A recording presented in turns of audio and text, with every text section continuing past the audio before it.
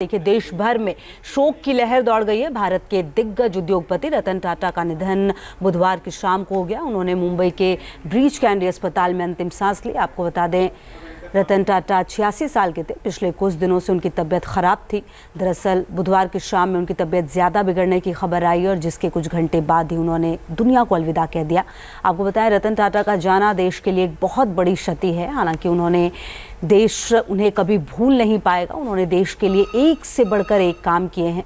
रतन टाटा के पार्थिव शरीर के लिए पोर्टेबल कोल्ड स्टोरेज शौचालय की व्यवस्था की गई है और आज शाम 4 बजे तक national centre for performing art में उनके पार्थिव शरीर को लोगों के अंतिम दर्शन के लिए लाया जाएगा। उनके पार्थिव शरीर को वर्ली शमशान घाट ले जाया जाएगा, जहां उनका अंतिम संस्कार किया जाएगा।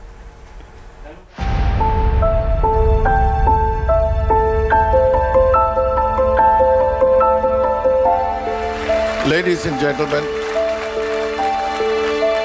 thank you again for being with us. Ratan Tata कोई यूं ही नहीं बन सकता। अरबों खरबों का कारोबार होने के बावजूद आम आदमी के बारे में सोचना, घाटा उठाकर भी मिडिल क्लास के लिए नैनो कार को लॉन्च करना, ये रतन टाटा ही कर सकते थे। आज पूरे देश की आंखें नम हैं। ये भरोसा करना मुश्किल हो रहा है कि देश के विश्वास की धुरी रतन टाटा नहीं है। उद्योग जगत का सबसे विश्वसनीय नाम रतन टाटा नहीं रहे। दुनिया का कोई ऐसा कोना नहीं जहां टाटा ग्रुप ना हो। 100 से भी ज्यादा देशों तक टाटा ग्रुप को पहुंचाने का श्रेय अगर किसी को जाता है तो वो है रतन नवल टाटा। बुधवार की देर शाम मुंबई के ब्रीच कैंडी हॉस्पिटल में रतन टाटा ने आखिरी सांस ली। लाखों करोड़ों के कारोबार को छोड़कर हमेशा हमेशा के लिए इस दुनिया को अलविदा कह दिया, लेकिन अपने पीछे एक ऐसी विरासत छोड़ दी जिससे आने वाली पीढ़ियां हमेशा ही रोशन होती रहेंगी। रतन टाटा का जन्म 28 दिसंबर 1937 को हुआ था। पिता का नाम नवल टाटा, माता का नाम सुनी कमिसारिट टाटा था। 10 साल की उम्र में माता पिता का तलाक हो गया। दादी ने गोद लिया और पालन पोषण किया। रतन टाटा सफलता का दूसरा नाम थे। बचपन से लेकर जवानी तक, या यूं कहें कि जीवन के अंत तक, खतरनाक से खतरनाक हालात का सामना किया, लेकिन हर बार विजेता बनकर सामने आए। बात 1988 की है। रतन टाटा ने देश की पहली 100% स्वदेशी कार इंडिका लॉन्च की। देश में बनी ये पहली कार थी जो पेट्रोल और डीजल दोनों वर्जन में लॉन्च हुई थी, लेकिन मनमाफिक सफलता नहीं मिली। 1 साल के अंदर ही इस प्रोजेक्ट को बंद करने का फैसला कर लिया। 1999 में अमेरिकी कंपनी फोर्ड के साथ डील शुरू की। फोर्ड के चेयरमैन बिल फोर्ड के साथ मीटिंग की। बिल फोर्ड ने पैसेंजर कार शुरू करने के फैसले की आलोचना की। यहाँ तक कह दिया कि डील करके वो टाटा पर एहसान ही करेंगे। रतन टाटा को विलफोर्ड के शब्द किसी तीर की तरह चुभे। मीटिंग में ही फैसला कर लिया कि चाहे कितना भी घाटा हो, चाहे कुछ भी हो जाए, टाटा इंडिया के प्रोडक्शन यूनिट को नहीं बेचेंगे।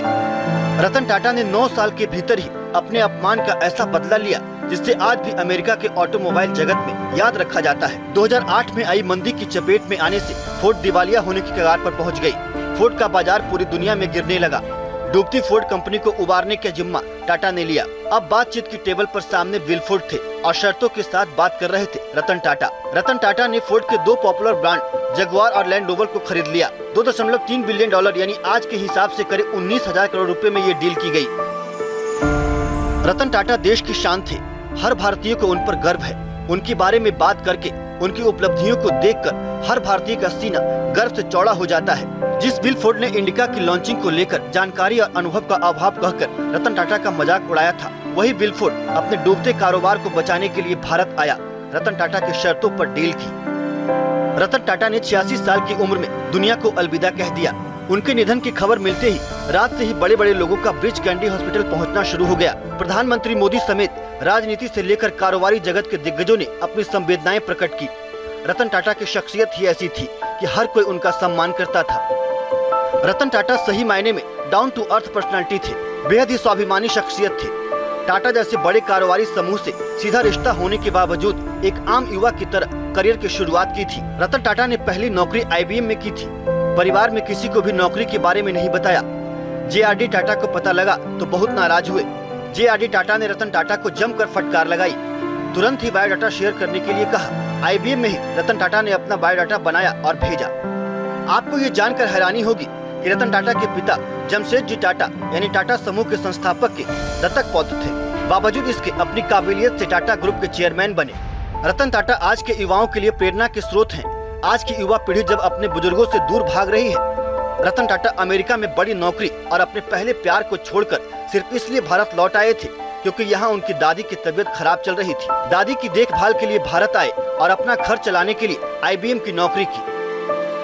रतन टाटा ने 1962 में टाटा इंडस्ट्रीज से अपने कारोबारी करियर की शुरुआत की। टाटा परिवार का हिस्सा होने के बावजूद कंपनी के सारे काम करने पड़ते थे। चूना पत्थर तक की खुदाई की, ब्लास्ट फर्नेस में टीम मेंबर के रूप में काम किया। रतन टाटा 1962 में टाटा ग्रुप से जुड़े, टेल्को में नौकरी ज्वाइन की।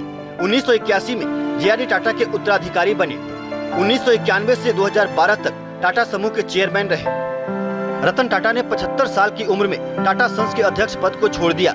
जिस समय पद से हटे, टाटा ग्रुप का कारोबार 100 बिलियन अमेरिकी डॉलर से अधिक ऊंचाई पर पहुंच चुका था। रतन टाटा जैसा बन पाना हर किसी के बस की बात नहीं है। आखिरी समय तक वो हौसले की मिसाल बने रहे। सोमवार को तबीयत खराब होने के बाद उनको मुंबई के ब्रीच कैंडी हॉस्पिटल में भर्ती कराया गया था। उनकी तबीयत ज्यादा बिगड़ने की खबर मीडिया में फैल गई।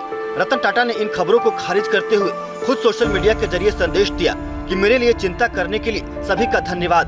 मैं बिल्कुल ठीक हूँ, चिंता की कोई बात नहीं है और मैं उम्र से जुड़ी बीमारियों की जांच के लिए अस्पताल आया हूँ।